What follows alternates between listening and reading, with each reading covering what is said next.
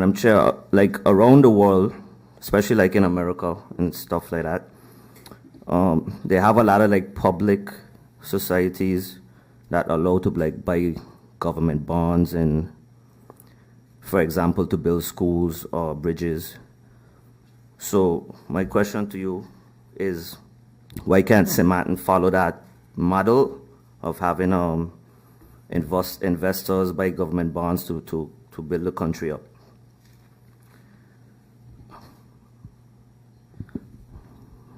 Madam Chair, also with pertaining to VRAMI, the Ministry of VRAMI, I saw that VSR got $1 million guilders for calamities, stuff of that nature, and VRAMI looks like, if you can clear this up for me, VRAMI looks like they just got like 150,000 guilders for like external expenses or expertise. My question is, Madam Chair, knowing the serious situation of VRAMI, the housing repairs and the dump solutions, why that amount is so low? And my last question, Madam Chair, is the Ministry of TIAT. I don't see much going on in the Ministry of TIAT, so what will you do to stimulate the economy with TIAT? Thank you. Minister, I only have a few questions to start off. In your presentation, you mentioned a negative amount of 2.5 million guilders in expenses based on cost-cutting measures still to be determined for 2019. Can you give us an idea of what these measures will entail? Also, Minister, in the budget, I also noticed a budget post for 1 million guilders for ATS. I think, that's something that I think it's a very good development, seeing that ATS has enabled the SZV to deal with a lot of their collections and improve actually in the collections of their fees. My question to you is, are they already doing work? So is ATS presently already part of the government and assisting with the auditing, the collection of taxes?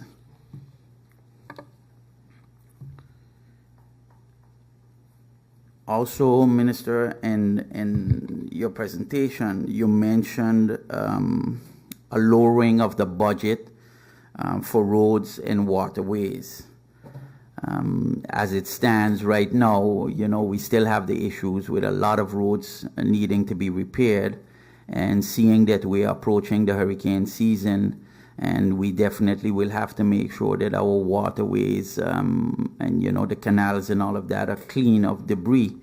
Can you give us an indication what this lowering of the budget for that particular those particular areas, what that will do to the ability of government to actually maintain the roads and the waterways?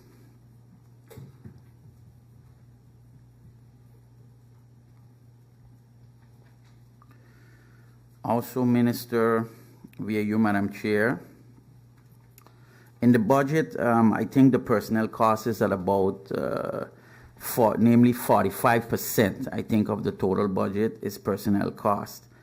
Can the Minister of Finance, via you, Madam Chair, give the last rationalization analysis made of personnel costs to the Parliament and indicate what has been done with those recommendations? Can you also, Minister, indicate what has been done with the recommendations from the Audit Chamber? Can you also indicate, Minister, what has been done with the recommendations from SOAB? And can you also indicate, Minister, what has been done with the recommendations in regards to personnel costs by IMF? Also, Minister, in your presentation, you clearly defined that a lot of the measures that would have been taken by countries facing a crisis that we have faced were not taken, and in large part that was due to the fact that we received liquidity from the Netherlands. With that in mind, I would like to ask, what is the minimum liquidity balance government needs to guarantee uninterrupted government operations?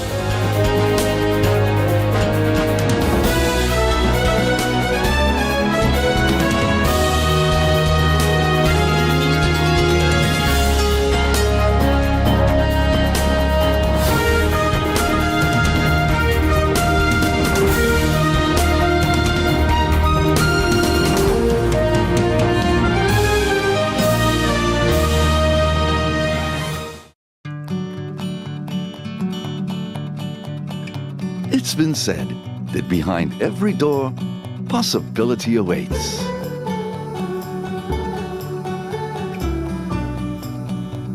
How much possibility depends on which door you open first. Every day, we help our customers discover the possibilities in their lives. It all starts with a conversation. Scotiabank. Discover what's possible. GEBE has been faithfully serving the communities of St. Martin, powering your home and our economy. Come rain or shine, our qualified team of professionals are working hard 24 hours a day to provide you and your family with safe, reliable electricity and water. We use the latest technologies and test our products daily to maintain the highest international standards. Our friendly staff is always there to assist you, whether in person, over the phone, or online. We are committed to constantly improving our products and services, making them more efficient, effective, and environmentally friendly to serve you better today and our next generation of clients tomorrow. GEBE, powering a brighter future. Our friend Megawati is here with tips to save you energy. 1. Turn your airco temperature up. 2. Use a ceiling fan instead. 3. Buy energy-saving products. Save some green with NV.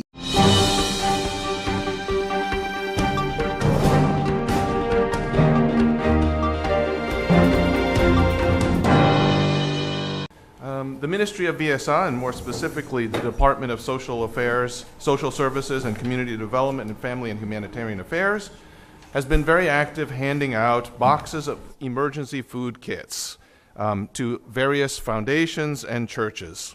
So these are food kits that were received as a donation to the government of St. Martin. These were donated by Global Medic. Global Medic is a registered Canadian charity whose mandate is to save lives and provide short-term rapid response in the wake of disasters and crisis, both at home in Canada and abroad.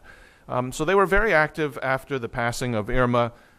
They had donated, in particular, water filtration kits. So these were kits that would be used at the time because the water quality was sometimes questionable. So these were filtration kits to make sure that if you had water that you weren't sure about, you could filter it through to make it drinkable. So they donated 150 of these kits at the time. These were all distributed.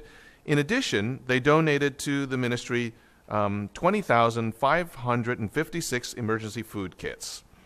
And these were donated to make sure that we were ready, prepared for hurricane season 2018. Luckily, the island was spared. So we had all of this stock of food in their possession as a ministry. And in order to ensure that these donations don't go unused, these kits are now in the process of being distributed to the community. Each of these kits includes 6 meals, including long grain rice, hydrated soy flour, dehydrated vegetables, and vitamin fortified powder. It adds up to 123,336 meals that are being donated to the community via these different churches and foundations. And so we'd like to thank the partners that are coming in, that are taking the goods, and they are helping and preparing it and using it for distribution to the community. So again, it's good, and thank you to Global Medic in the first place for making this available to us. The second topic I'd like to touch on briefly is, you may have noticed in the newspaper this week, there was a signing of a service level agreement between NEPA and the Kids at Sea Foundation. And I think it's good to highlight really the steps that government's making in terms of how do we match the local skills, local talents that we have available, that interest, and how do we make sure that they meet the demands of the community and find good jobs in the marketplace. So NEPA is working together with Kids at Sea Foundation. And so for those of you who aren't very familiar with the marine sector, in the marine sector, it's critical that you have various certifications. If you want to work on one of the mega yachts or you want to work in the marine sector, you need to have certifications. Otherwise, even though you may have skill sets, they will not hire you in the marine industry. So that certification process is very important. And so what this service level agreement does is it allows the standards of the marine sector to be incorporated into the training process. And they need to comply with IMO, which stands for International Marine Organization Standards. So actually the IMO is a UN specialized agency with the responsibility for safety and security of shipping and prevention of marine and atmospheric pollution by ships. So these are very specific international standards. So again, if you want to participate in the marine sector industry, then you need to have this certification. So as we look at the course, it was great to see that there was a number of attendees there who are planning on participating. And I think it was an opportunity to highlight to them as well that, in my previous role as SHTA, we saw in our tourism master plan that one of the sectors identified as being ideal for future economic growth exactly is the marine sector. Number one, when you look at what the impact is to the island as an industry, they have less impact. In other words, if you looked at industry, they would maybe be pollution issues.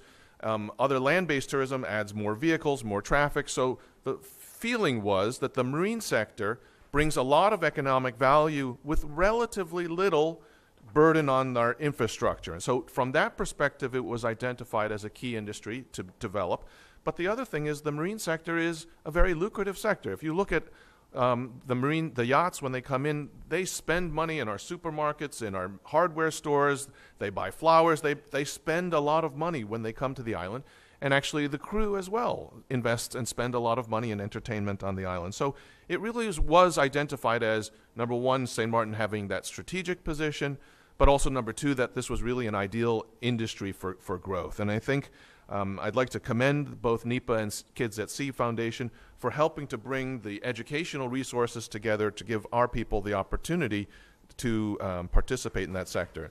And as a matter of fact, one of the other points that they made is that once you have these qualifications, it also opens you up to work internationally. Once you have these, you can certainly travel and go abroad and work in the sector in not just St. Martin. So it gives you a skill set that's well marketable across the world.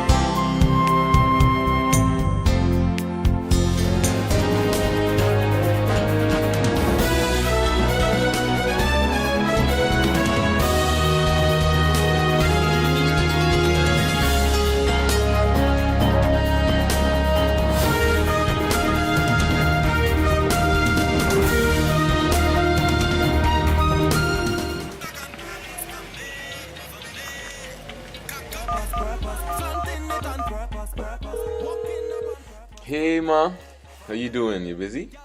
I hear, just paying some bills, taking care of business, you know what it is? I know, you're doing your online banking. I don't have to stand in those long lines to pay bills. I can transfer when I want. I can check my account wherever. It's like the bank open 24/7. I even here checking the statement right now as we're talking. How's Miami? Well, that's why I'm calling. I'm finishing up a few songs now, but I'm afraid that studio time might be more than I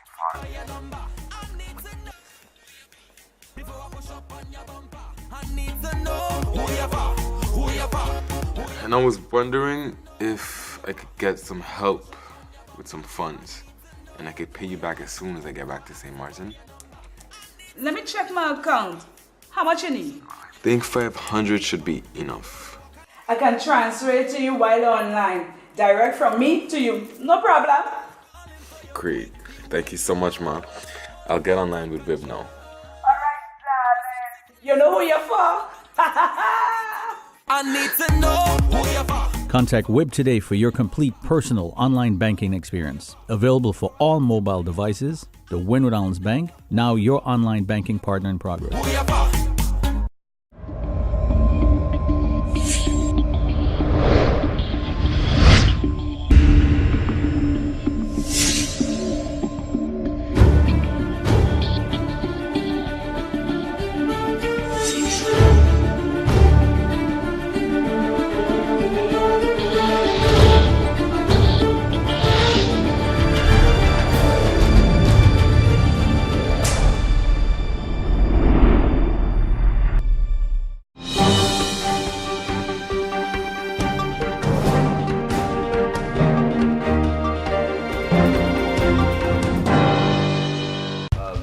Thursday morning, the police spokesman is Chief Inspector Ricardo Henson. What more information can you provide? Well, Stephen, thank you very much for giving me this opportunity to be able to give a little bit of information of this incident that took place this morning. I don't have too much details is because the situation is quite sketchy. Detectives are busy gathering information, and it's very that they have released thus far. Nevertheless, it was about 5:15, 5:20 this morning when the first call came in to the Central Dispatch reporting that a man was lying on the streets in what you call Union Farm, or the 911 project, or the Sao Paulo Road, which is a very popular road in that neighborhood. And this man was lying on the ground and he was bleeding. And on the arrival of the police patrol, they investigated and they realized that he was bleeding from what they could see at the time, gunshot wounds to his upper extremities, and that he could hardly speak because he had difficulty breathing. Nevertheless, immediately the paramedics were sent and they treated him on the scene and then took him to the St. Martin Medical Center. As you know, when you have this type of situations, we call in the police records off the area for the forensic specialists to come in and gather evidence, and of course for the detectives to do their rounds and trying to communicate with what you call potential witnesses. That has been done so far. Up to now, the identity of the victim has not been released. I don't know for sure if it has been positively identified. Yes, positively been identified. Nevertheless, he could not give a complete account of what took place. And we believe that we have to give him some time to recuperate a little bit so that they would be able to speak to him a little bit more openly to find out exactly what was the cause and who the possible suspects in this case are. So far, we have realized that we have heard that there's a possibility that two persons was involved as suspects in this case, but further than that, there's very little information that I have. The detectives are trying to piece together what exactly took place, and that's where we are at this time. So we want to ask anyone that have any information or may have any idea what happened in Dutch Quarter at Sao Paulo Road, please get in contact with the detective department. They can call 911, or they can call the police department by 5 times 2, that's 22222, extension 214, and share the information that they may have, because this information could be vital to the investigation. How critical is the victim? Well, up to this morning, while he was being attended to, he was not be able to communicate quite well because he had difficulty breathing.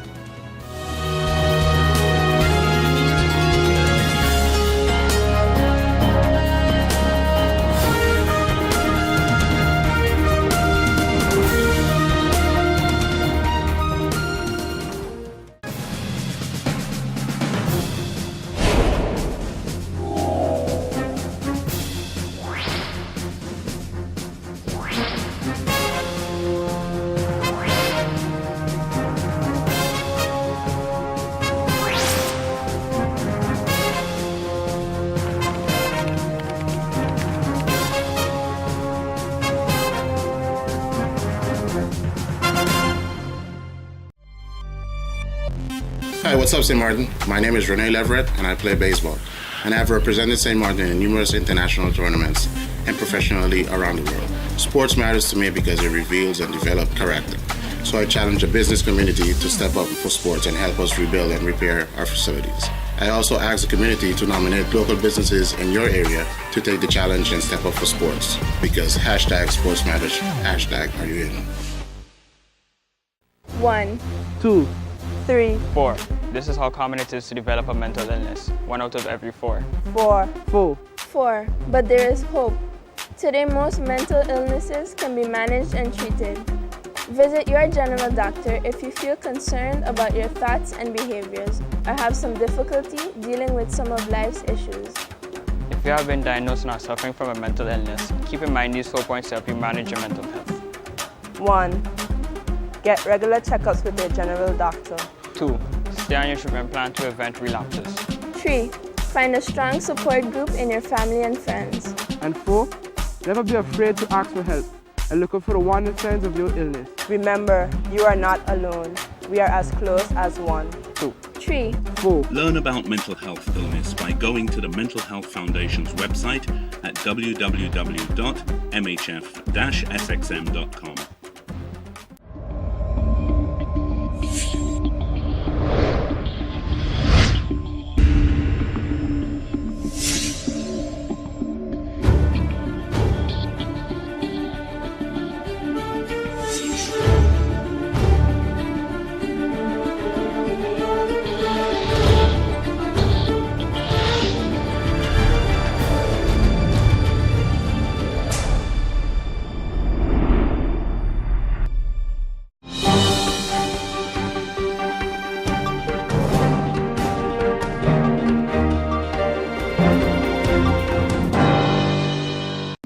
President of HIV at this moment, we have 55% who is male, and 45% who is female. The age start from 14 to 60 plus, so the age is dropping. We cannot talk anymore of 18 going up, is dropping, and we are a bit afraid that it doesn't drop below 14, then it's going to be very serious that in a society of 160,000 persons, you get already from 12 going up people with HIV. It is a very serious situation because at this point in time, we have almost above 2,000 people registered with HIV. But if we are very realistic with ourselves, it can be more than that because we have to talk about people who doesn't go and test, and we have a large amount of immigrants coming into the island. So if we are honest with ourselves, we can talk about around 4,000 to 5,000 people infected walking around. From this group, until now, we have around 67% of them who is getting medication. So people who are on treatment, who are going to the doctor, who are under control every 3 months of 6 months. And we have a percentage of 37% of people who doesn't have medical treatment. So people who are aware of the status, but they choose not to go to the doctor, not to drink medication, but still have an active sexual life daily, which will increase the infection risk in Curacao. With this, it's putting us to the position, what is happening, what is going on. The point is that we are a very sexual active society. If you are realistic with yourself, you go around Curacao during the day, during the night, you will see people being in sexual act in different places, because right now we have gone so far to do it publicly also, and sometimes at risk in places that we choose to have this contact. And it is the same thing that the young people are doing. They are following what the older people are doing, of the adults. You may say, oh, that is very ironic, because how young people can do something that they're supposed to be getting example from an adult, but that is the reality that we're having. And because of that, the risk is increasing for young people to get infected with HIV and also with STDs, and at the same time, they are one of the most vulnerable community next to the women in the society.